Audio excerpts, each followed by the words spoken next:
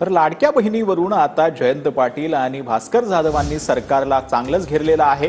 निकष लावू नका, महिलांची चौकशी करणं योग्य नाही असं जयंत पाटलांनी म्हटलंय। तर लाडक्या बहिणींना 46,000 कोटींवरून 36,000 कोटींचाच निधी मंजूर झाला। याचा अर्थ 50 लाख महिला ज्या आहेत त्या योजनेतून कमी होणार असल्याचा दावा जो आहे तो भास्कर जाधव यांनी केला।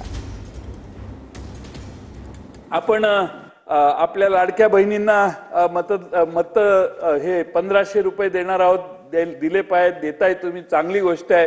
मी असं म्हणणार नाही की आता ते 2100 रुपये लगेच तुम्ही द्या, कारण तुमची परिस्थिती बघितल्यावर, अर्थसंकल्प वाचल्यावर मला ते धाडस होईना की तुम्ही आता 2100 रुपये देऊ शकाल अशी।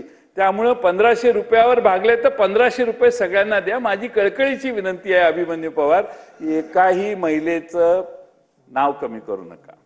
2100 रुपये आम्ही पर महिलेला करू पर महिना। आता ह्या बजेटमध्ये त्याचा पत्ताच नाही, आता त्याचा पत्ताच नाही। मुख्यमंत्री म्हणतात पुढच्या वेळेला बघू, दादा म्हणतात मी काय कधी बोललो नाही, एकनाथराव म्हणतात मीच फक्त बोललो, आता मीच एकटा काय करू, हे दोघे एक मताने झाले तर अशी अवस्था बहुतेक झाली आहे। हळूहळू 10 लाख महिलांना तुम्ही कमी करणार आहात, आता करणार आहात, मला वाटतं आता 50 लाख महिलांना यातून कमी करणार आहात। निवडणुकीकरता बहिणींना कशाला फसवलं आज।